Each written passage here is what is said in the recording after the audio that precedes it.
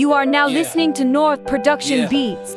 Sa bawat pangako may pangarap na umaasa, pero ilang beses na bang puso natin ang nasasaktan? Kaya ngayon, pipiliin kong maging mulat para sa bayan, para sa akin na bukasang tapat. Ilang beses nang narinig ang salitang magbabago, sa entablado'y matatamis ang pangakong sinasabi sa tao. Pero pagkapo sa pwesto, tila biglang nakakalimot ang pangakong binitawan, sa hangin na lang sumasagot. Hindi na sapat ang salita sa bawat kampanya, kailangan ng gawa, hindi puro pangakong maganda. Dahil ang taong bayan ay matagal nang naghihintay, ang serbisyong tunay hindi palabas na sabay-sabay. Kaya buksan ang mata, pakinggan ang katotohanan, huwag basta maniwala sa matatamis na kasinungalingan. Ang tiwala'y parang puso, mahirap muling buuin kapag paulit-ulit na itong pinipilit saktan at lukuhin.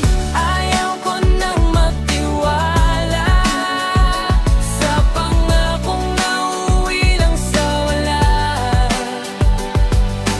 Ayaw ko nang umasa kung salita lang at walang gawa. Pero mahal ko ang bayan, kaya hindi ako susuko kailanman.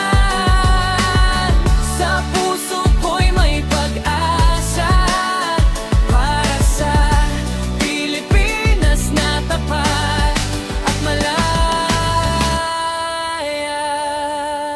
Boombak, bawat beat ay boses ng masa, bawat linya'y kwento ng taong sawa na sa drama. Hindi kami bulag, hindi rin kami bingi, nakikita ang gawa, hindi lang ang sinasabi. Kung pangako'y pangako, dapat panindigan. Kung serbisyo ang usapan, dapat maramdaman. Hindi kailangan ng malaking salita sa entablado. Kung pagkatapos ng eleksyon tao'y nakakalimutan ninyo, hindi galit ang nais kong ipamana sa kabataan, kundi tapang na pumili ng may sapat na kaalaman. Dahil ang tunay na pagbabago ay hindi galing sa isa, nagsisimula sa bawat pusong marunong magmahal sa bansa.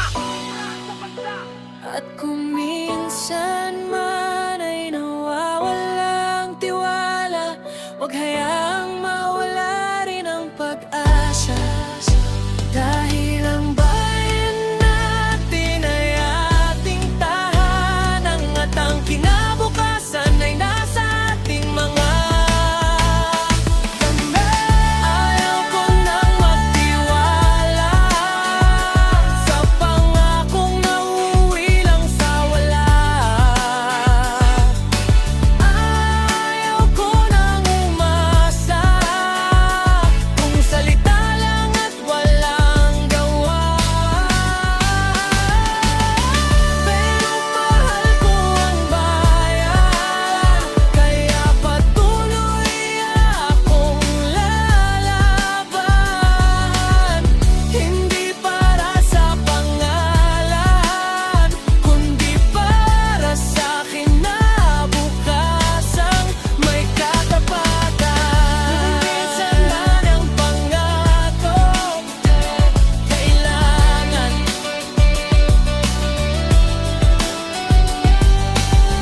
hindi sapat ang salita, serbisyo ang kailangan. At kahit ilang beses tayong nabigo, pipiliin pa rin nating magmahal sa bayan. Dahil ang pag-asa hindi dapat namamatay.